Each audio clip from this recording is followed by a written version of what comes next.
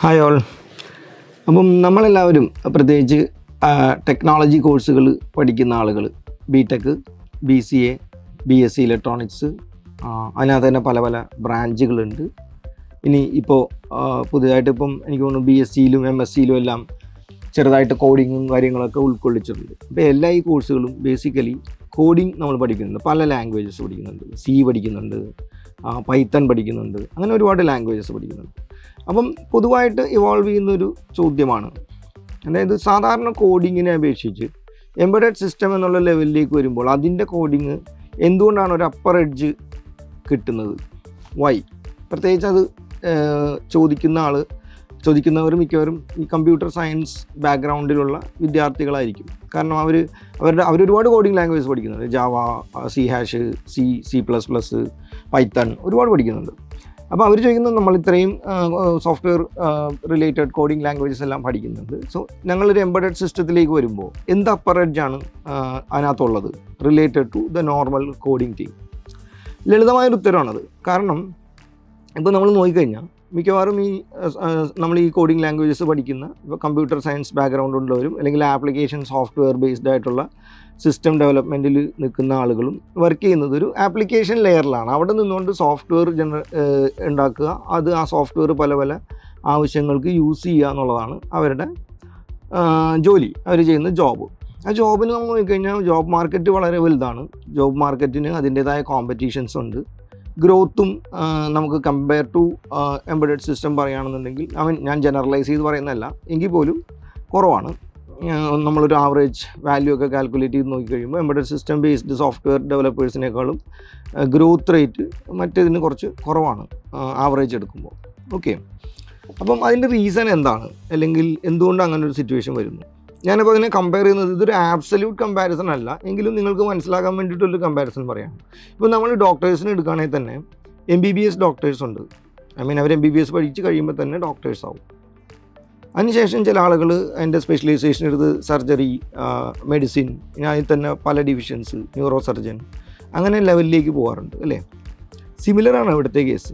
അതായത് ഇപ്പം നമ്മൾ പഠിക്കുന്ന സോഫ്റ്റ്വെയർ, നമ്മുടെ എംബഡഡ് സിസ്റ്റം C പ്രോഗ്രാമിംഗ് എന്ന് പറഞ്ഞാൽ ബേസിക് C പ്രോഗ്രാമിംഗ് തന്നെയാണ് ഓൾമോസ്റ്റ് ഒരു 70 to 80%.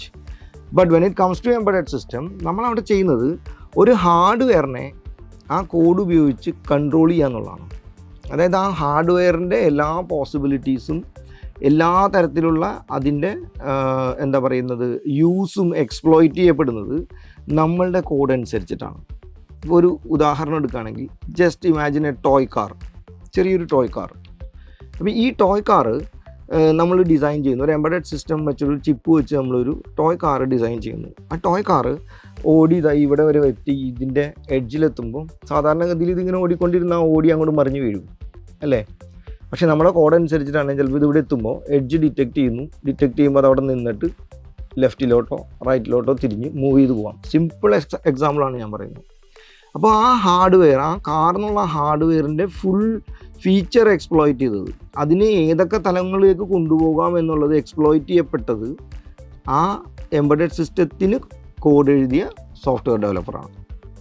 അതൊരു ആപ്ലിക്കേഷൻ സോഫ്റ്റ്വെയറിനേക്കാളും കുറച്ചും കൂടി മുകളിൽ നിൽക്കുന്നതാണ്. കുറച്ചും കൂടി ഹാർഡ്വെയറിനോട് ക്ലോസ് ആയിട്ടാണ് നമ്മുടെ കോഡിങ് മുന്നോട്ട് പോകുന്നത്. അതാണ് ഇതിൻ്റെ ബേസിക് ഡിഫറൻസ്. എന്തുകൊണ്ടാണത് മാറി നിൽക്കുന്നത്?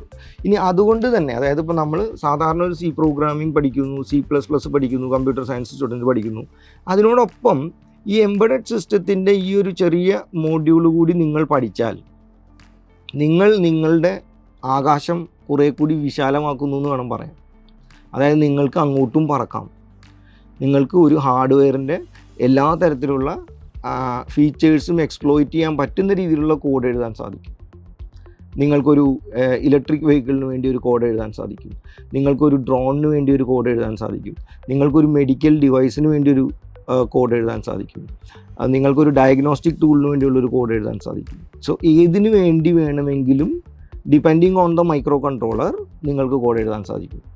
അപ്പം ജസ്റ്റ് ഇപ്പോൾ C ഒക്കെ നന്നായിട്ട് അറിയാവുന്ന, C പ്രോഗ്രാമിംഗ് ഒക്കെ നന്നായിട്ട് പഠിച്ച കമ്പ്യൂട്ടർ സയൻസ് സ്റ്റുഡൻസിനെ സംബന്ധിച്ചിടത്തോളം ജസ്റ്റ് ഒരു പടി കൂടി കൂടുതൽ എടുത്താൽ, അതായത് എംബഡഡ് സിസ്റ്റം എന്ന് പറയുന്ന ആ ഒരു പടി കൂടി ചവിട്ടി കയറി കഴിഞ്ഞാൽ ബേസിക്കലി അവർ ചെയ്യുന്നത് അവരുടെ ആകാശം കുറേ കൂടി വിശാലമാക്കുന്നു.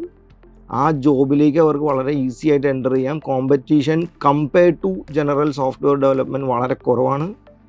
പാക്കേജ് കമ്പാരിറ്റീവ്ലി വളരെ കൂടുതലാണ്.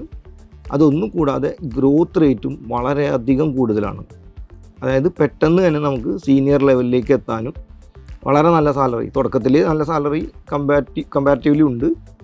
ഇനി അതല്ല, ഒരു 2-3 ഇയേഴ്സ് കൂടി കഴിഞ്ഞ് കഴിയുമ്പോൾ നമ്മുടെ ഗ്രോത്ത് ഒരു നോർമൽ ആപ്ലിക്കേഷൻ ലെവൽ സോഫ്റ്റ്വെയർ ഡെവലപ്പറിനേക്കാളും അറൗണ്ട് 3 times ഒക്കെ മേളിലേക്ക് വരാൻ നമുക്ക് സാധിക്കും. അതുപോലെ വളരെ വലിയ ബിഗ് കമ്പനീസ്, ബിഗ് പ്ലെയേഴ്സിൻ്റെ കൂടെ വർക്ക് ചെയ്യാനുള്ള ഓപ്പർച്യൂണിറ്റീസും നമുക്ക് കിട്ടും. അപ്പം ഈ ചോദ്യത്തിന് നമുക്ക് അത്രേ പറയാനുള്ളൂ. അതായത് ഇതാണ് ബേസിക് ഒരു ജനറൽ കോഡിങ്ങും ഒരു എംബഡഡ് സിസ്റ്റം ചെയ്ത് കഴിയുമ്പോൾ അഡീഷണൽ എഡ്ജ് എന്ന് പറയുന്നത്.